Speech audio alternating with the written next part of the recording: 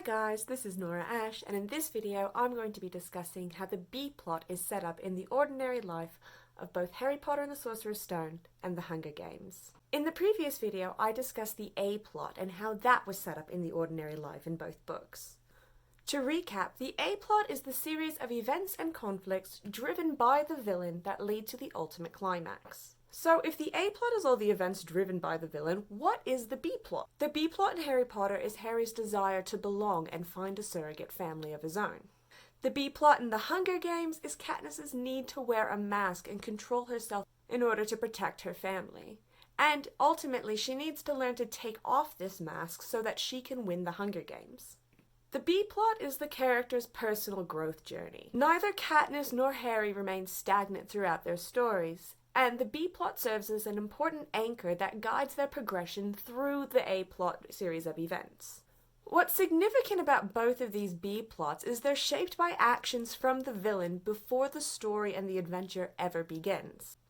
In my last video, I discussed how the A-plot was introduced in 3 scenes, which, to recap, in the ordinary life is something is amiss in the world, which then flavors the rest of the novel. The second scene is where the characters acknowledge that there's something amiss and its impact on their lives. As the reader learns more and more about what is off in this world, the picture of the villain becomes fully clear, and that happens in the third expositional scene. This third scene from the A-plot is very important for the B-plot in both books. It not only reveals the societal impact our villain has had, but it also reveals how the villain has personally impacted our hero before the hero's story has even begun. So in Harry Potter, for example, Harry, made famous and orphaned by Voldemort's actions, is ripped from the magical world where he could have fit in and found a surrogate family, and instead is raised with the Dursleys, the most anti-magic muggles around. Where, in Chapter 2, when the B-plot is fully laid out, it is shown exactly how well that went for him. In the third scene of the Hunger Games, it shows Katniss acting as the ultimate protector for her sister. This moment is also the beginning of the inciting incident arc, which is going to be discussed in the next video. So, in the Hunger Games, the Capitol has had an impact on Katniss's life even before Primrose's name is pulled out of the Reaping Bowl. The reason for this difference between Harry Potter and the Sorcerer's Stone and the Hunger Games has to do with the point of view in which both of these books are told. So, in Harry Potter, the ordinary life is broken up as follows. The first chapter establishes the A-plot, with the final scene establishing an A-plot, B-plot connection, and then the second chapter establishes the B-plot fully.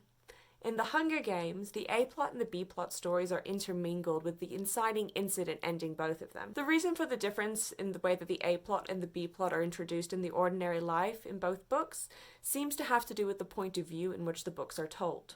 Harry Potter is told in a third-person point of view, so it can start 10 years in the past with baby Harry being dropped off on the front doorstep, and then jump forward 10 years into the future to when Harry is formally introduced and the B-plot begins, and have no narrative difficulty, because it's not told from the first person. The Hunger Games is told from the first-person perspective, and so since it's told from the mindset of 16-year-old Katniss's brain, it makes sense to introduce these impacts through a series of memories and flashbacks. So when introducing the B-plot and the villain's impact on the hero, it's introduced in 3 scenes, just like the A-plot is. The 3 scenes are meant to introduce sort of a miniature story arc that allows the reader to understand why the main character's existence isn't exactly perfect to begin with.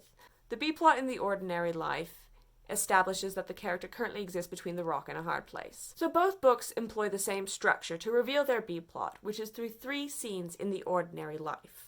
These 3 scenes form a miniature story arc almost, which explain the main character's position before the adventure ever begins. This miniature story arc is meant to illustrate the tension between the hero's world as it is and the way the hero wishes their world could be. The miniature story arc is essentially the main character's rock and hard place. Until the inciting incident, the hero will be existing in a world that isn't ideal, but is acceptable enough for them not to really mix up the status quo. So Harry's rock and a hard place is that he wants to find a family and a place where he belongs, but he's a wizard in the Dursleys, who are the most anti-wizard muggles around. Therefore, instead of being welcomed and loved, he is ostracized and treated like an outcast by his adoptive family. Katniss's rock in a hard place is that she wants nothing more than to protect her family, but she also desires freedom and safety from the Capitol government's oppressive regime. So Katniss never lets her mask off or let herself be vulnerable or even lets herself dare to daydream because it's all pointless, and if she does, she might endanger her family. As said before, the B-plot is introduced in 3 scenes. The first scene is introspective, with the main character having minimal interactions with the external character, and this one establishes the character's role that they see for themselves in the society. The second scene is an interpersonal scene between the main character and someone close to them in their life.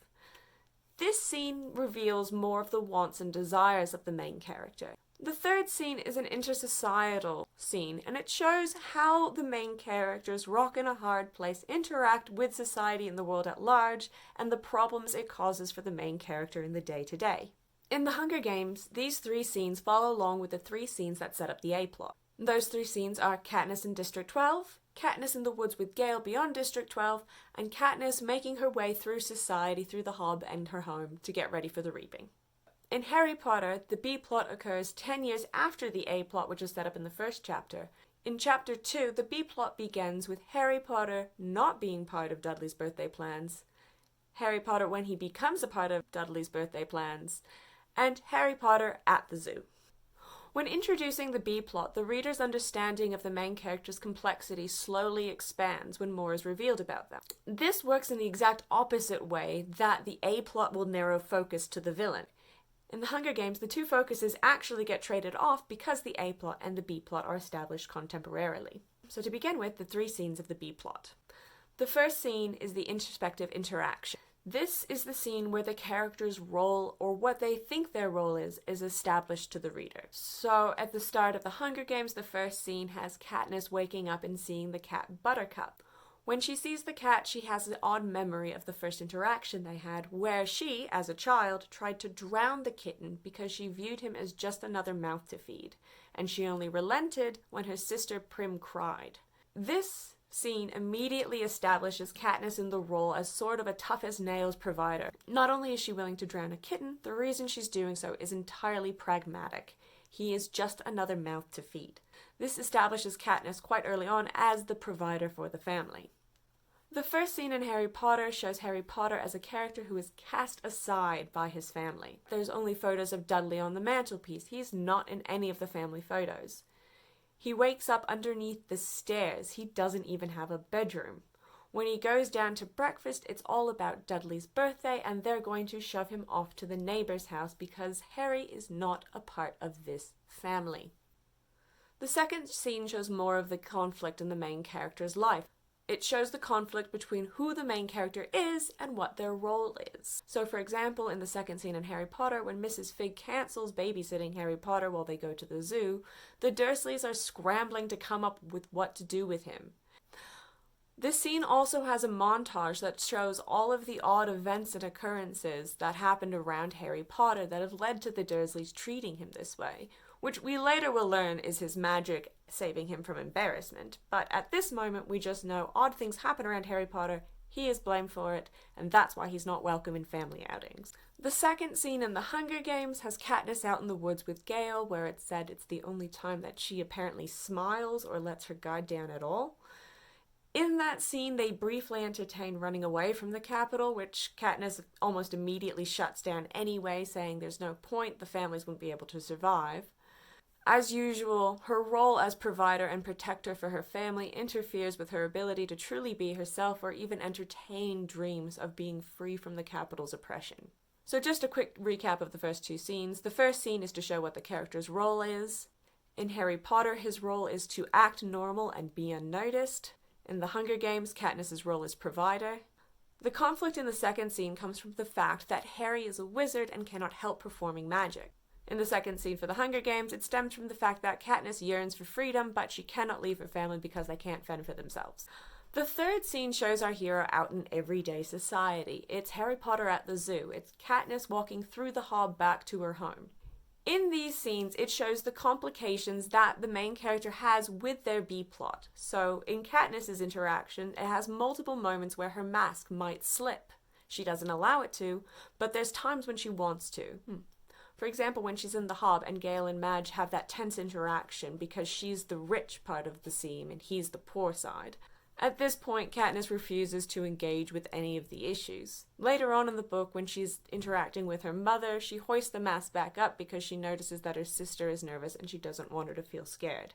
This is because Katniss's name is entered so many times into the Reaping Bowl because entering your name gets you food, establishing Katniss once again in her role as provider for her family. So the third scene in Harry Potter has Harry actually out at the zoo in an odd occurrence, with Harry unable to believe how lucky he is that he managed to go out. Inevitably, though, he performs magic. The glass vanishes in front of the boa constrictor, letting it go and explore its way to Brazil, and Harry gets punished. These third scenes also have a small illuminating moment that has the character wistfully thinking of the way they wish things could be. In Harry Potter, it's Harry laying in bed at night, wistfully thinking about his dead family and wishing that he could be accepted. In Katniss's reminiscing moment, she has this moment after Gale and Madge have had their interaction, where she genuinely wonders what good it is to rage because it doesn't fill their bellies. And that moment is going to be a lesson that Katniss learns along the journey. So in those three scenes, the rock and the hard place of the main character is established, and it establishes the beginnings for why the B-plot moves as it does throughout the story. The B-plot once again is important because it anchors our character's motivations throughout the book. If Katniss didn't want to protect her sister, then she wouldn't volunteer for her in the Reaping. If Harry Potter didn't want to be accepted so badly, he probably wouldn't be breaking the rules to run off with a stranger. But that is going to be discussed in the inciting incident. Thank you guys so much for tuning in. If you liked the video, please hit like. If you really liked it, please hit subscribe. And as always, please leave comments and questions below. I love receiving them.